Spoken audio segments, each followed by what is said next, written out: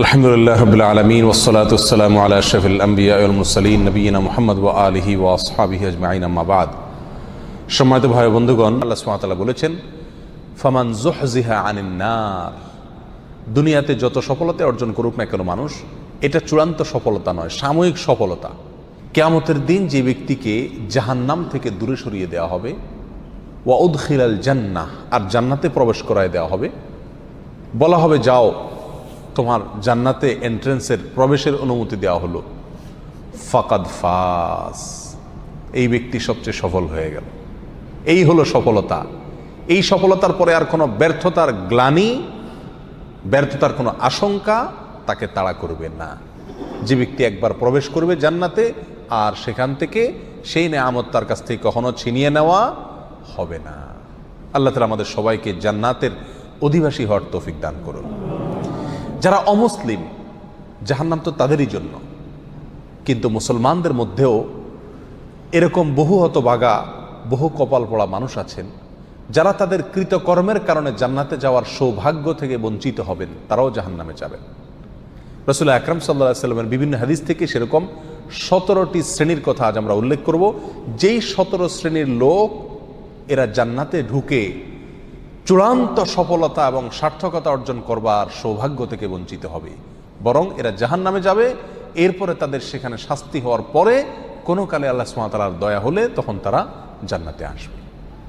তাহলে মুসলিম হয়েও যে সমস্ত লোকেরা জান্নাতে যাওয়ার সৌভাগ্য অর্জন করবে না, এই সৌভাগ্য থেকে বঞ্চিত হবে সেই হতভাগা লোকদের ভিতরে 1 নম্বর হলেন অবৈধভাবে হারাম পথে উপার্জন করে যে ব্যক্তি দেহ গঠন করেছে, ওই দেহ জান্নাতে প্রবেশ করবে না।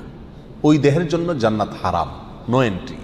সে যতই ভালো কাজ করুক না কেন, তার দেহ যদি হারাম খাদ্য দিয়ে তৈরি হয়, তাহলে সেই দেহ জান্নাতে প্রবেশ করবে না।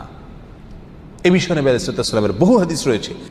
নাম্বার 2, আত্মীয়তার সম্পর্ক ছিন্নকারী ব্যক্তি, যেই কোনো অজুহাতেই হোক না কেন, নিজের ভাইয়ের সাথে, নিজের বোনের সাথে, মায়ের সাথে, বাবার সাথে, ফুফুর সাথে, চাচার সাথে, মামুর সাথে, খালার সাথে, চাচাতো ভাই বোনের সাথে, ফুফুর সাথে সংশ্লিষ্ট যারা আছে তাদের সাথে, এক কথায় রক্ত সম্পর্কীয় যত আত্মীয় আছে তাদের সাথে, এবং কি শ্বশুরবাড়ির লোকজন আছে, কোনো যুক্তিসঙ্গত কারণ ছাড়া তাদের সাথে আপনি সম্পর্ক ছিন্ন করলেন। আত্মীয়র সাথে সম্পর্ক যে ব্যক্তি ছিন্ন করে, এই ব্যক্তির জন্য জান্নাতে প্রবেশের সুযোগ নাই। নবী আলাইহিস সালাম বলেছেন, লা ইয়াদখুলুল জান্নাতা কাতি'। যে ব্যক্তি আত্মীয়তার সম্পর্ককে ছিন্ন করে ফেলে, কোনো সম্পর্ক রাখে না, কথাবার্তা বন্ধ করে দেয়, উঠা বসা বন্ধ করে দেয়, এই ব্যক্তি জান্নাতে প্রবেশ করবে না। আপনার জান্নাতে যাওয়ার স্বার্থেই আপনাকে রক্ত সম্পর্ক আত্মীয়দের সাথে কি করতে হবে? সম্পর্কটাকে রক্ষা করে রাখতে হবে। তৃতীয়ত, মুসলিম হয়েও যে ব্যক্তি জান্নাতে প্রবেশ করতে পারবে না ভাই, তিনি হলেন ওই ব্যক্তি যে তার প্রতিবেশীকে কষ্ট দেয়। পাশের জমিনওয়ালার আইল ঠেলাঠেলি করে, পাশের বাড়ির লোকের ছাদের উপরে ময়লা ফেলে, জোরে সাউন্ড দিয়ে গান শুনে পাশের প্রতিবেশীর কষ্ট হয়। এক কথায় প্রতিবেশীকে যারা কষ্ট দেয়, এই লোকগুলো জান্নাতে যাবে না। এ বিষয়ে সহিহ মুসলিমের ভিতরে সুস্পষ্ট হাদিস রয়েছে, যে হাদিসের আলোকে জানা যাচ্ছে যে ব্যক্তি তার প্রতিবেশীকে কষ্ট দেয়, সে জান্নাতে প্রবেশ করতে পারবে না। অতএব আমার আশেপাশে যারা বসবাস করবে, প্রতিবেশী যারা থাকবেন, তাদের সাথে সম্পর্ক ভালো রাখার চেষ্টা করতে হবে। সম্পর্ক ভালো রাখতে পারেন আর না পারেন, অন্তত আপনার কোনো আচরণ দ্বারায়, আপনার কোনো কাজ দ্বারা যেন তাদের কোনো কষ্ট না হয়। নাম্বার 4, মা বাবার অবাধ্য সন্তান। যেই সন্তান তার মা বাবার ন্যায্য নির্দেশকে অমান্য করে, লঙ্ঘন করে, পাত্তা দেয় না, মানে না, এই সন্তানের জন্য জান্নাত নিষেধ। সে যত নেকামল করুক, সে যত ভালো কাজ করুক, যত নামাজ কালাম পড়ুক, কপালে দাগ ফেলায় দেখ, কোনো ফায়দা নাই, তার জান্নাতে যাওয়ার সুযোগ নাই যদি সে কি করে? মা বাবার নির্দেশকে লঙ্ঘন করে। আল্লাহ এবং তার রাসূলের নির্দেশের পরেই আল্লাহর জমিনে যদি কারণ নির্দেশ মানা জরুরি হয়, বাধ্যতামূলক হয়, তিনি হলেন কে? মা এবং বাবা। যদি তারা আল্লাহর নির্দেশের বাইরে কিছু করতে বলে, অন্যায় করতে বলে, তাহলে সেটা মানা যাবে না। অযৌক্তিক কিছু করতে বললেও সেটা মানা যাবে না, কিন্তু যুক্তিসঙ্গত যত নির্দেশ করবে সেটা আপনাকে মানতে হবে। আর যদি সেটা মানা আপনার জন্য অসম্ভব হয়, আপনার সাধ্যের বাইরে কোনো কিছু নির্দেশ করে, তাহলে তো আর আপনার কিছু করার নাই। তবে কোনো অবস্থাতে ব্যবহার খারাপ করা যাবে না। মা বাবার সাথে যারা সম্পর্ক নষ্ট করে তারা জান্নাতে যেতে পারে না। মুস্তাদরাক হাকিমের বিষয়ে হাদিস রয়েছে। নাম্বার 5, মুসলমান হয়েও যারা জান্নাতে যেতে পারবে না তাদের ভিতরে 5 নম্বর ব্যক্তি হলো ভাই অশ্লীল ভাষায় কথা বলে, যে গালিগালাজ করে, যে কথায় কথায় আজে বাজে মন্তব্য করে এবং উগ্র মেজাজি, মানুষকে সবসময় দমায় রাখার চেষ্টা করে, দাবায় রাখার চেষ্টা করে, কখনো মানুষকে পাত্তা দেয় না, সাইড দেয় না, সবসময় সেই উপরে থাকার চেষ্টা করে, গোয়ার কিসিমের লোক যেটাকে বলা হয়। স্পষ্টভাবে হাদিসের ভিতরে এসছে যে এই শ্রেণীর লোক কি করবে না, জান্নাতে যাবে না। সুনান আবু দাউদ এবং অন্যান্য হাদিসের কিতাবে হাদিস রয়েছে। মুসলমান হয়েও যারা জান্নাতে যাবে না সেই লোকদের মধ্য থেকে 6 নম্বর হলেন সেই সমস্ত শাসকেরা, সেই সমস্ত নেতারা যারা তাদের প্রজাদেরকে, যারা তাদের অধীনস্থ লোকদেরকে ধোঁকা দেয়। আজ দুনিয়ার কয়জন শাসক এর থেকে বাঁচতে পারবে সেটা আল্লাহই ভালো জানেন। বলেন একটা, করেন আরেকটা, নির্বাচনের আগে ওয়াদা করেন একটা, ধোঁকা দেন, পরে আর সেটা পালন করেন না। তো সে সমস্ত শাসকেরা যারা তাদের প্রজাদেরকে, অধীনস্থদেরকে ধোঁকা দেয় তারাও জান্নাতে প্রবেশ করতে পারবে না। এ বিষয়ে সহিহ বুখারীতে হাদিস রয়েছে। 7 নম্বর, মুসলমান হয়েও যে ব্যক্তি জান্নাতে যাবে না সে হলো অন্যের সম্পদ যে আত্মসাৎ করে। প্রথম শ্রেণীটা ছিল যে হারাম মাল ভক্ষণকারী, সেটা আল্লাহর হক নষ্ট করে হতে পারে।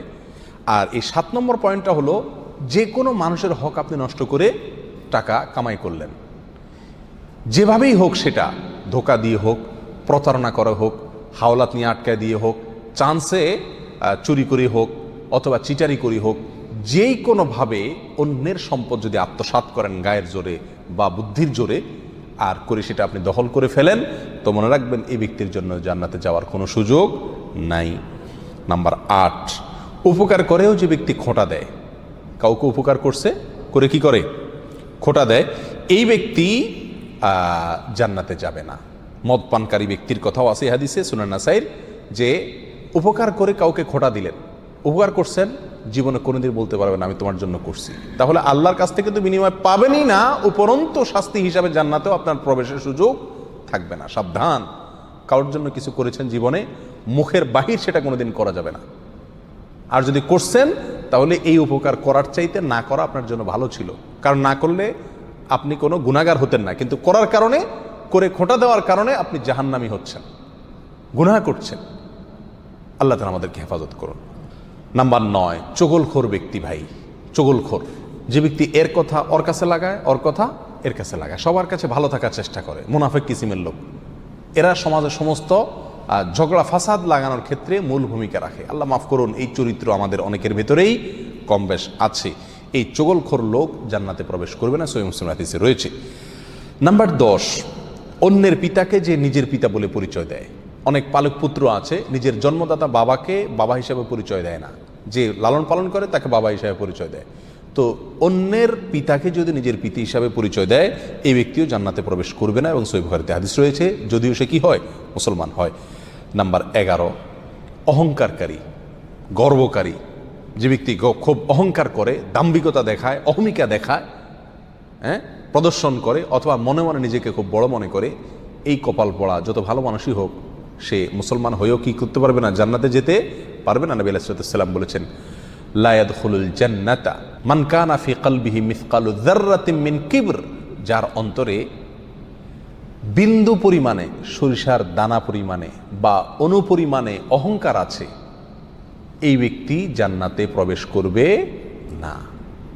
বিনয়ী মানুষেরা জান্নাতে যাবে, বিনয়ী যারা নিজেকে ছোট মনে করে, সবসময় অন্যকে বড় মনে করে, নিজের দোষের কথা আগে দেখে, নরম থাকে, অহংকার করে না, এই লোকগুলো জান্নাতি।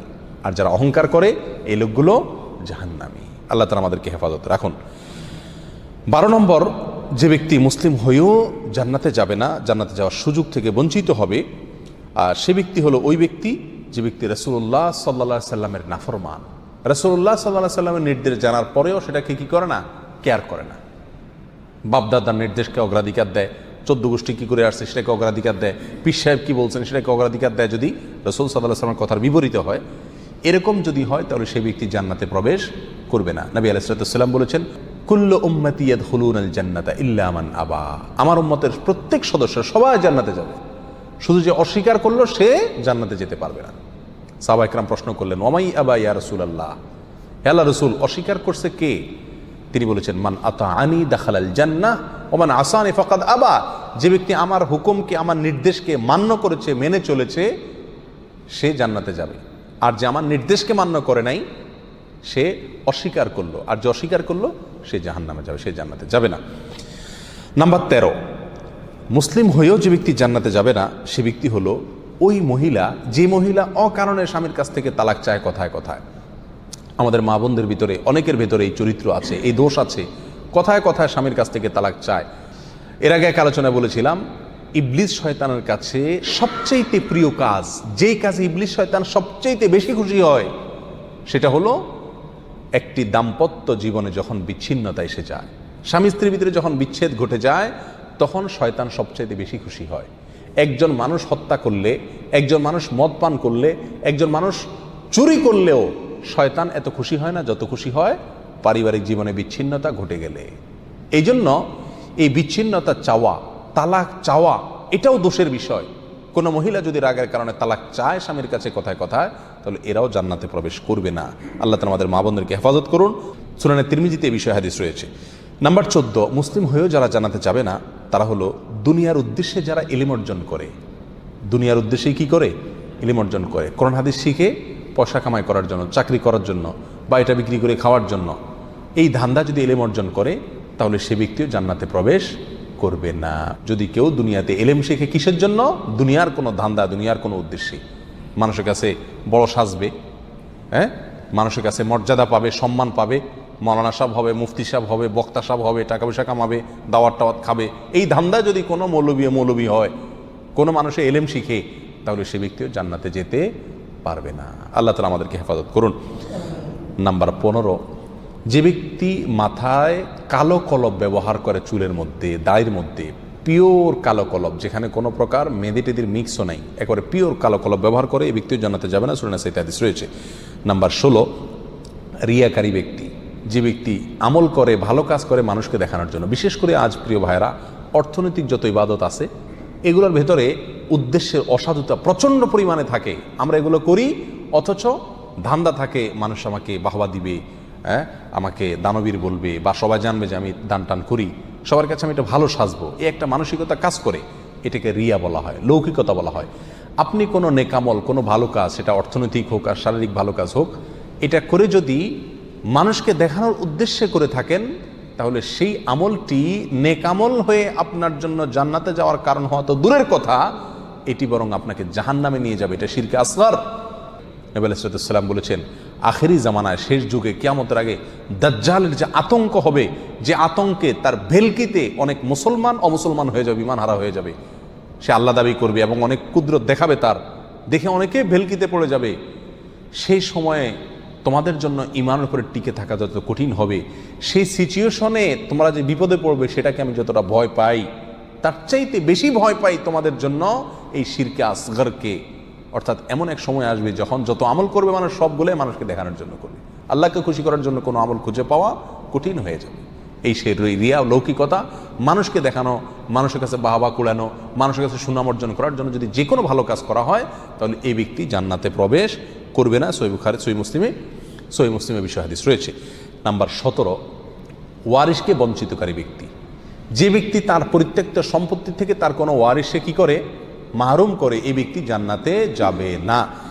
সুনান ইবনে মাজাতে এই বিষয় হাদিস রয়েছে। সম্মানিত ভাইয়েরা, কোনো ওয়ারিশ, আপনার কোনো সন্তান, আপনার কোনো ওয়ারিশ, সে যদি অন্যায় করে, আপনাকে শরীয়ত অধিকার দেয় নাই এটা বলে যাওয়ার যে আমি মরার পরে তাকে আমার কোনো সম্পত্তির ভাগ দিবা না। বহু মা বাপ এই কাজটি করেন, অনেক অভিভাবকরা এই কাজটি করেন, বলে যান মৃত্যুর আগে আমি মারা যাওয়ার পরে সে আমার লাশের কাছে আসবে না, আমার জানাজা পড়তে আসবে না, সে এগুলোর চেয়ে বড় কথা হলো সে আমার সম্পত্তিতে কোনো ভাগ পাবে না, সেজন্য ভিটাতে না আসে। মনে রাখতে হবে, আপনার ঘরে জন্ম নেওয়ার কারণেই আল্লাহ সুবহানাহু ওয়া তাআলা অধিকার দিয়েছেন আপনার সম্পত্তিতে তার হক আপনার মৃত্যুর পরে সে পাবে। সে যদি মন্দ হয় তার হিসাব আল্লাহ নেবেন, কিন্তু আপনি তাকে পরিত্যক্ত সম্পত্তি থেকে বঞ্চিত করার অধিকার আপনাকে ইসলাম দেয় নাই। কোনো সন্তানকে তেজ্য পুত্র করা এই জন্য শরীয়তের কাছে গ্রাহ্য বিষয় নয়। প্রচলিত আইনে হতে পারে তেজ্য পুত্র, আমি জানি না, কিন্তু ইসলামের দৃষ্টিতে তেজ্য পুত্র করার কোনো সুযোগ নাই। হ্যাঁ, অমুসলিম হলে সে সম্পত্তি পাবে না, সেটা ভিন্ন বিষয়, কিন্তু যতক্ষণ পর্যন্ত মুসলিম থাকবে ততক্ষণ পর্যন্ত পরিত্যক্ত সম্পত্তি তা কী করা যাবে না, বঞ্চিত করা যাবে না। যদি কেউ করে তাহলে সে কী হবে না, জান্নাতে প্রবেশ করতে পারবে না। এই 17 শ্রেণীর লোক, এরা মুসলিম হয়েও কি করতে পারবে না ভাই, জান্নাতে যেতে পারবে না। এর ভিতরে বেনামাজি, তার কথা তো বলাই বাহুল্য, কারণ ইচ্ছাকৃত নামাজ যদি ত্যাগ করে সব সময়, তাহলে তো ওলামা একরামের অনেকের মতো সে মুসলমানই না। আমরা এখানে বলেছি যে মুসলমান 5 ওয়াক্ত নামাজ কালাম পড়ে এরপরেও জাহান্নামে যাবে যারা, তারা হলো 17 শ্রেণীর লোক। আমরা এক নজরে আবারও বলে দিচ্ছি, হারাম খাদ্য যে গ্রহণ করে, 1, 2 আত্মীয়তার সম্পর্ক ছিন্ন করে যে, নাম্বার 3 প্রতিবেশীকে যে কষ্ট দেয়, নাম্বার 4 মা বাবার অবাধ্য সন্তান, মা বাবার কথা শোনে না সে, নাম্বার 5 উগ্র মেজাজি, তেড়া, গোয়ার, সবাইকে দমায় রাখে, এই টাইপের লোক। নাম্বার 6 অধীনস্থদেরকে, প্রজাদেরকে, যে সমস্ত শাসকেরা, যে সমস্ত রাজারা, যে সমস্ত রাষ্ট্রপ্রধানেরা, সরকার প্রধানেরা বা যে যে লেভেলে আছে সে তার প্রজাদেরকে ধোঁকা দেয় যে তারা। নাম্বার 7 অন্যের সম্পদকে অন্যায়ভাবে আত্মসাৎকারী ব্যক্তি। নাম্বার 8 উপকার করে কারোর খোঁটা দেয় যে ব্যক্তি, সে জান্নাতে যাবে না। নাম্বার 9 চগলখোর ব্যক্তি জান্নাতে যাবে না, মানুষের পিছনে কথা লাগায় বেড়ায় একজনের আরেকজনের কাছে। নাম্বার 10 অন্যকে নিজের পিতা হিসাবে, নিজের বাবাকে না বলে, পরিচয় না দিয়ে অন্যকে নিজের বাবা হিসাবে, পিতা হিসাবে পরিচয় দেয় যে ব্যক্তি, সে। নাম্বার 11 গর্ব এবং অহংকার করে যে ব্যক্তি, যার মনের ভিতরে অহংকার আছে, সেই জান্নাতে প্রবেশ করবে না। নাম্বার 12 রাসূলুল্লাহ সাল্লাল্লাহু আলাইহি সাল্লামকে যে ব্যক্তি ফলো করে না, তার নির্দেশকে মান্য করে না, সেই ব্যক্তি। নাম্বার 13 অকারণে তালাক কামনা করে, তালাক চায় যে মহিলা, সেই মহিলা। নাম্বার 14 দুনিয়াবি উদ্দেশ্যে যারা এলেম শিখে, কোরআন হাদিস শিখে, এলেম অর্জন করে, আলেম হয় দুনিয়াবি উদ্দেশ্যে, দুনিয়ার কোনো ধান্দায়, আল্লাহকে খুশি করা ছাড়া অন্য কোনো ধান্দায়, তারা। নাম্বার 15 চুলে বা দাড়িতে কোনো জায়গায় কালো কলব, পিওর কালো কলব ব্যবহার করে যারা, তারা। এবং নাম্বার 16 যে কোনো ভালো কাজ করে সেখানে মানুষকে দেখানো, এটা ফলাও করা, প্রচার করা, এই উদ্দেশ্য থাকে যাদের, তারা। নাম্বার 17 ওয়ারিশকে বঞ্চিত করে তার হক থেকে, এরকম অভিভাবক। এই শ্রেণীর লোকেরা মুসলমান হয়েও জান্নাতি হতে পারবে না। আল্লাহ তাআলা আমাদের সবাইকে এই দুর্ভাগাদের তালিকা থেকে আমাদের নামগুলোকে বের করে আনার তৌফিক দান করুন। চেষ্টা করব এই 17 শ্রেণীর কোনোটিতে যাতে আমার নাম না থাকে, এটাকে টাঙায় রাখবো, ঝুলায় রাখবো লিস্টটাকে, এবং আমার ভেতরের কোনো পয়েন্ট আছে কিনা সেটা দেখে যাচাই করে সেখান থেকে নিজেকে বের করে আনবো ইনশাআল্লাহ। এরপরে আল্লাহ সুবহানাহু ওয়া তাআলার কাছে জান্নাত চাইতে পারবো, আশা করতে পারবো জোরালোভাবে। আল্লাহ সুবহানাহু ওয়া তাআলা আমাদের সবাইকে আখিরাতে কিয়ামতের দিন একেবারে ফার্স্ট চান্সে, প্রথম চান্সেই জান্নাত যেন আমরা লাভ করতে পারি, জাহান্নাম থেকে মুক্তি নসিব যেন হয়, সেই তৌফিক দান করুন। জাযাকুমুল্লাহ ওয়া আখিরু দাওয়ানা আলহামদুলিল্লাহি রাব্বিল আলামিন।